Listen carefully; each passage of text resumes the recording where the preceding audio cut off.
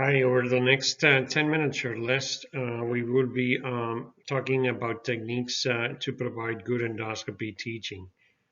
The first thing I would like to mention is the trainees' perception. This was a survey conducted at Indiana University among the fellows. And on the left side, you can see the key attributes of good endoscopy teachers. And on the right side, those attributed to bad endoscopy teachers. So good endoscopy teachers provide precise instructions. And we'll be talking a little bit about this as we go on. The feedback is very specific and timely. They're patient and calm. They allow fellows to struggle to try to solve problems and set objectives for the procedure. And again, pretty much all of these things, again, we will be talking over the next several slides later on. The bad endoscopy teachers, the perceptions of the trainees are those that take the scope away. It is important, again, that when we take the scope away, we provide clear reasons for doing so, and we'll talk about that later. The feedback is vague by the attending. The instructions are unclear or untimely, and that they are impatient. So those are the bad endoscopy teachers by the trainee perceptions. So the first thing is to talk about the concept of automaticity. And this is where we all are as attendings. Basically, we perform our endoscopic procedures without thinking too much about them, as we do them a lot with muscle memory, if we should say, and without much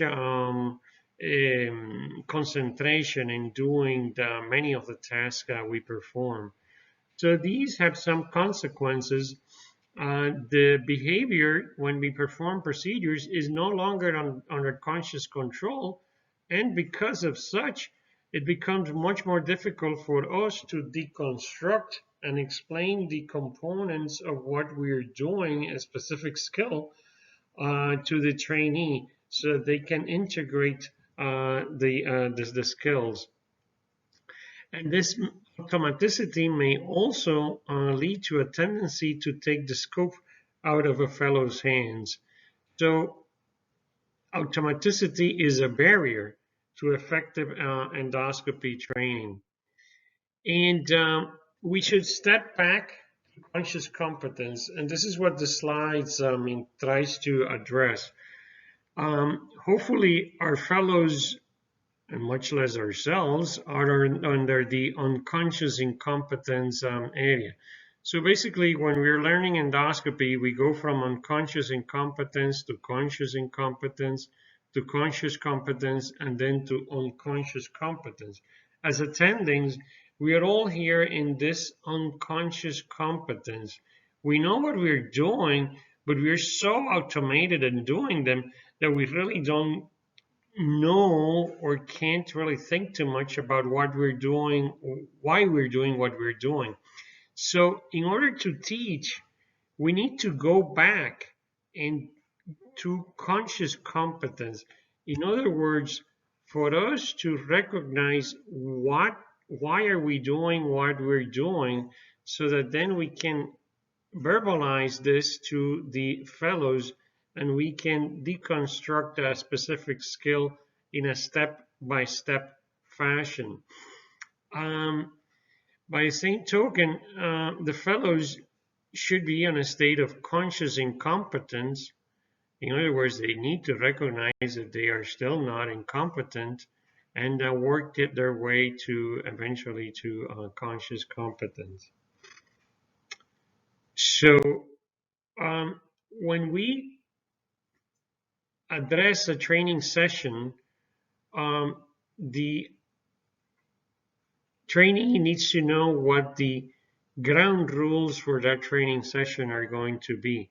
So prior to each session, we should provide the trainee, especially when they're starting, what is it that we expect them to perform?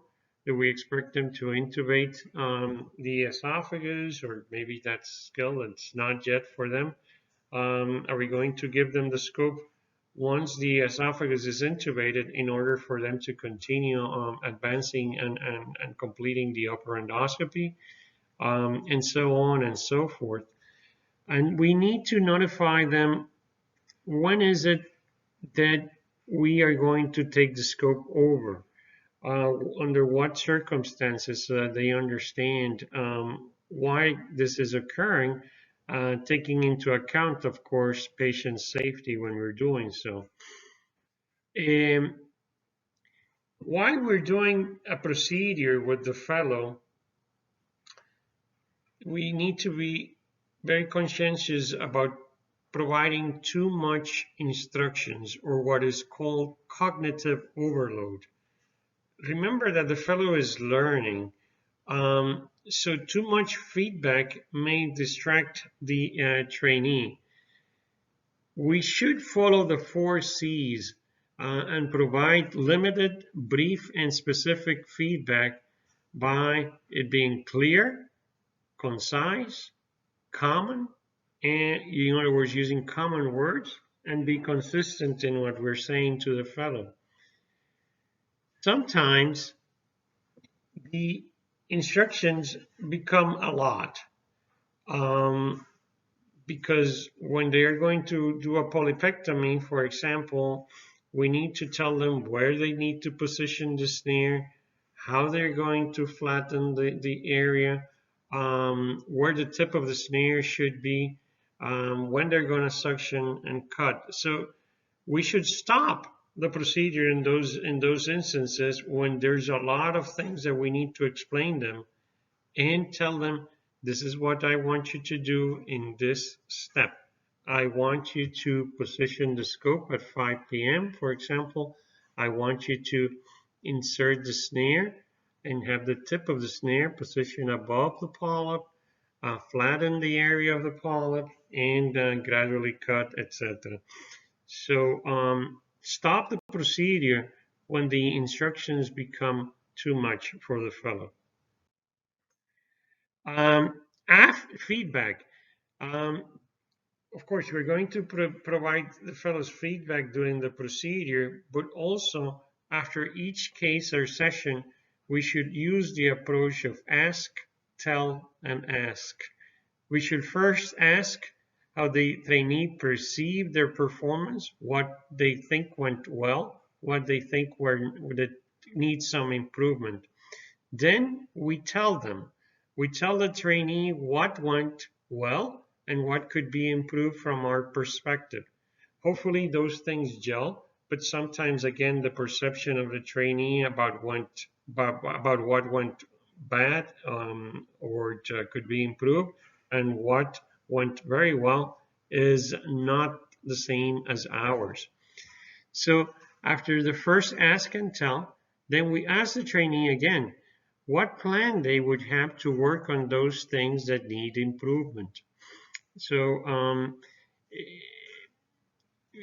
keep in mind also that the feedback should be as objective as possible, based on what you observed during the procedure, and you want to provide the trainee with specific examples of positive things and negative things as well. Again, positive feedback is very important in the millennial generation, so we have to provide them positive feedback, as well as, of course, tell them those things that need to improve. So a stepwise approach to an endoscopy training session, in summary, before the session, we need to set up expectations about what the fellow is expected to perform, when the scope may be removed, and do not take the scope without an explanation for doing so. During the procedure, we will be paying attention to the trainee technique. So we didn't talk about this, but of course, I mean, the attending shouldn't be um, uh, answering text messages, I mean, doing charting, etc. during the session, unless, of course, it is a more advanced trainee already. Um, We want to avoid cognitive overload, so we will be providing the fellow with brief, direct feedback. If more extensive feedback is needed, we need to stop the procedure and provide instructions at that time of what needs to occur. After the session, we should provide the fellow feedback by the ask, tell, ask strategy.